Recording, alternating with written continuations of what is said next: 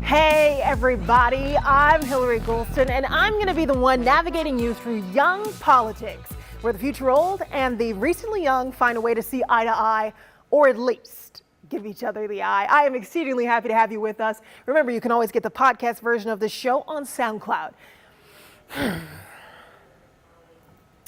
Casual inciting of violence. Before we even get into what this show is about, you have to start there. Hillary Clinton essentially threw that back in the face of the Republican nominee Donald Trump after the businessman said this. If she gets to pick her judges, nothing you can do, folks. Although the Second Amendment people, maybe there is, I don't know. But I'll tell you what, that will be a horrible day. Yeah. Right? I mean, it's really hard not to draw at least partial conclusions about what's going on here using some very basic if-then logic. If Second Amendment people, then likely gun owner or supporter of gun rights.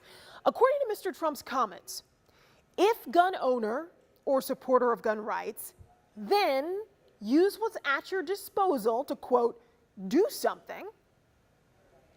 Well, have you ever physically seen anyone use their support of gun rights to do something about anything? Of course, you have to leave room for the possibility that you can use your support of gun rights to vote, lobby, etc. We have to leave room for that option. But in many minds, the other option makes so much more sense in terms of using a tool to accomplish something. Basic if-then logic takes you to a pretty intense conclusion. And remember, Mr. Trump was talking about appointing justices to the Supreme Court. Virtually every issue-oriented voting bloc would do well to have Supreme Court justices, and while we're at it, federal judges who render judgments and write opinions in line with their cause. So let's get back to that basic if-then logic. If you could choose the pro-life voting bloc or the traditional marriage voting bloc or any group, any other group, then why choose those aligned with the Second Amendment? Again, super problematic for the voting bloc conclusion. And then sometimes, I mean, you have to say it, right? First reactions tell us a whole lot about what's going on. Malcolm Gladwell actually spent an entire book making an argument for why our first reaction, our gut reaction, is often the right one. I mean, you know, just look at that guy. He is attending the rally, sitting behind Trump. It's probably fair to assume he's a Trump supporter. I mean, he's at the rally, sitting behind him. So there's likely no bias involved in that reaction. He's on Trump's side. And I am, by the way, not the first person to point this out. Just look. I mean, that reaction is like, what? Like, what? See, I mean, look again. What? Wait, did he just say that? Like, that's what that reaction's about. Whether you think this is a veiled threat against Clinton or an innocent call for those who are strong on the Second Amendment to get out and vote, either way, it's very easy to draw the conclusion that at least one conclusion could be the former. And it's a possibility of that former suggestion that made Clinton push back condemning those remarks. Maybe, I think, one of the strongest rebukes coming from the president of the Brady campaign, who said, quote, what Trump said was repulsive, literally using the Second Amendment as cover to encourage people to kill someone with whom they disagree, end quote. Now, Mr. Trump, he told Fox it was just the latter, essentially a call for the NRA and NRA members to vote. This is a political movement.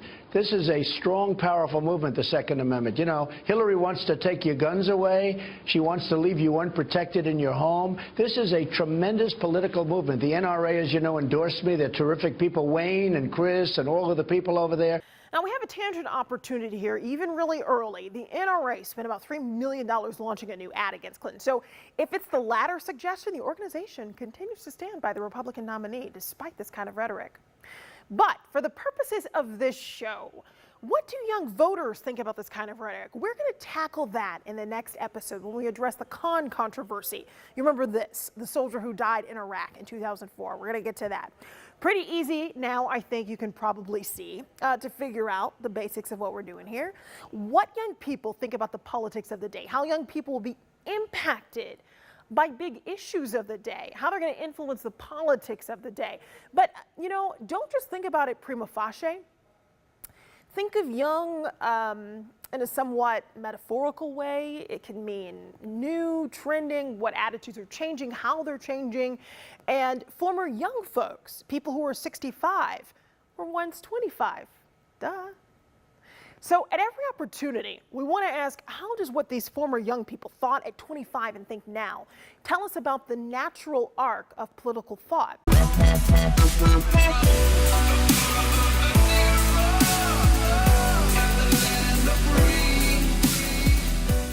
All right, so the quick rundown for today's show.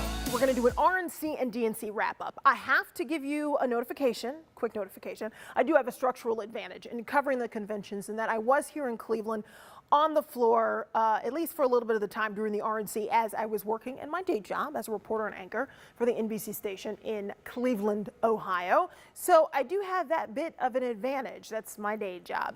I did speak with someone who is indeed young. He was here in Cleveland as a delegate. That's where the show is being taped. We're going to get back to this guy in a moment. Second thing, we're going to cover the current polls, but we're also going to ask what young voters think about the top of the ticket. Specifically, of course, you know, we're talking about Hillary Clinton and Donald Trump. So yes, according to some very smart folks over at Harvard's Kennedy School, they found young people on the whole prefer Hillary Clinton over Donald Trump. But check this headline out from the LA Times. Clinton's big hurdle, getting young voters, very cleverly adding this, by the way, hashtag with her. What's the truth? Is there any truth in the universe? I have no idea, not sure, but we'll try to get at it at least on this very narrow question. So let's start there. The question of what people 18 to 29 think about the two major parties' candidates. Harvard did do us that favor in the spring. Thank you, Harvard. They published a poll via their Kennedy School's Institute of Politics, which showed, as I said, young people still did prefer Clinton to Donald Trump. Clinton trumping Trump by 36 points among likely young voters. And according to this Harvard study, he's underperforming with young Republicans. Another interesting tangent.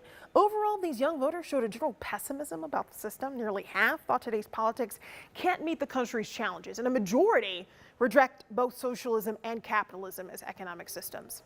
Not too cheery in terms of what young folks are thinking here in America. But getting back to the main point, maybe these results have nothing at all to do with the people at the top of the ticket. I mean, maybe young people are more ideological than we think. Maybe it has nothing to do with Trump and Clinton and more to deal with the basic, and I do emphasize very basic party platforms that each person represent. According to that study, and I think this bolsters my argument, young Americans, 61% prefer a Democrat win the White House over a Republican in 2016. Time to turn a corner, and it hinges on the date of the study. Just remember when I said it was published. Think about it for a second. Think back, think back, think back, think back, think back. The general time period. I'll give you the specifics. It was actually April. So what was the big scandal that was brewing for Secretary Clinton?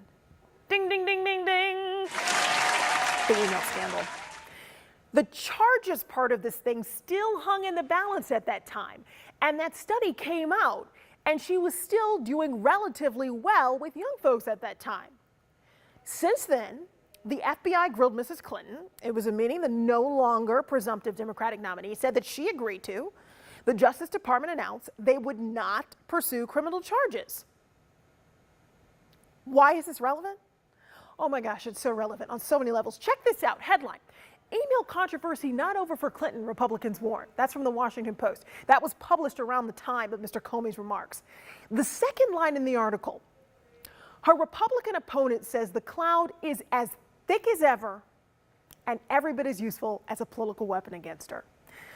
Politico's group of insiders, the so-called political caucus, I love these guys, they feel the same way. 26% of insiders from Clinton's own party say FBI Director James Comey's statements that she was extremely careless for using her personal email for state business would hurt her campaign.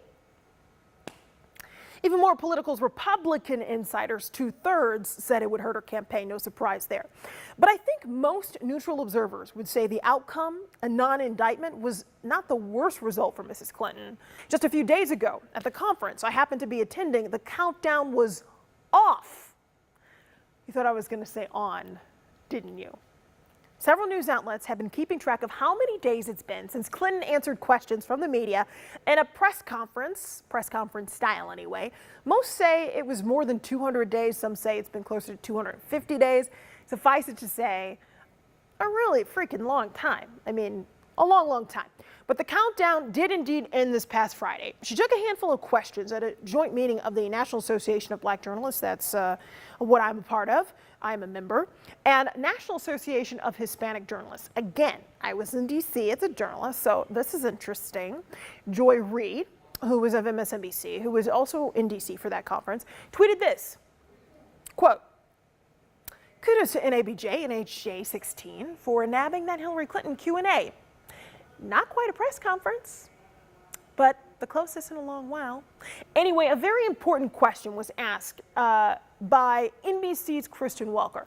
Welker basically saying that Secretary Clinton continues to say FBI Director James Comey said her answers to the American public were truthful. I have said during the interview and in many other occasions over the past months that what I told the FBI, which he said was truthful, is consistent with what I have said publicly. So I may have short-circuited it, and for that I will try to clarify. Many news outlets say, no, Mrs. Clinton, no, Mr. Comey did not say that. And that Friday, that Saturday, that Sunday, today, more headlines on that controversy. A new set of emails were released by the State Department, and now questions over the link between the Clinton Foundation and the State Department arise. Mrs. Clinton's impossible-to-shake controversy is important for so many reasons. How trustworthy is she? Will voters trust her? Can she be trusted with national security?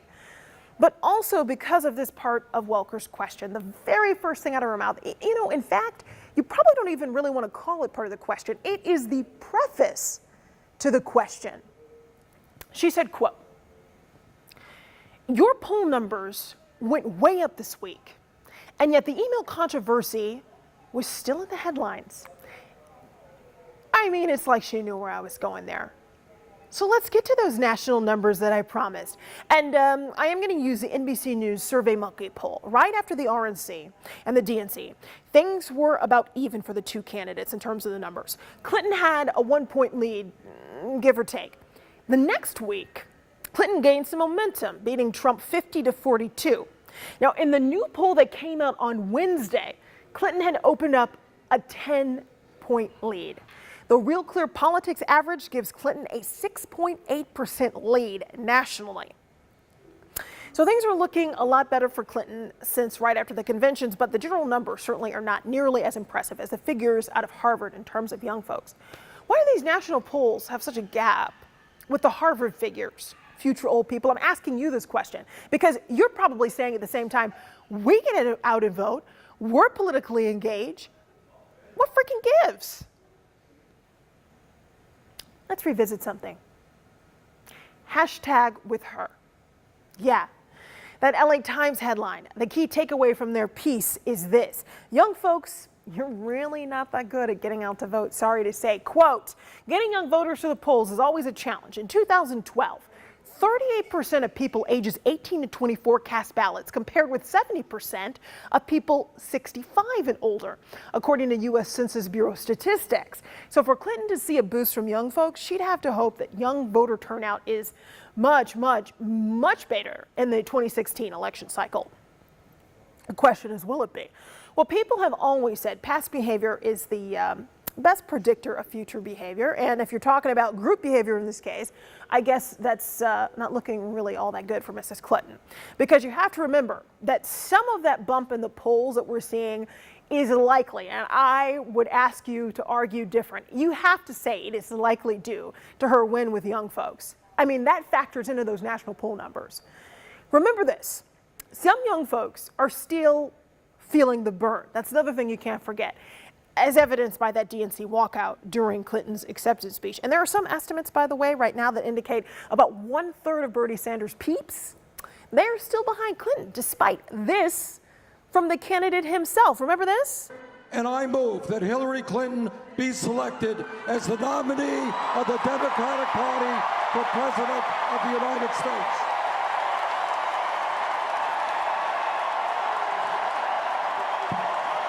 They might help, not sure, but I can't tell you this is another moment for a shameless plug. For our next episode coming in a few days, 7 days, who knows.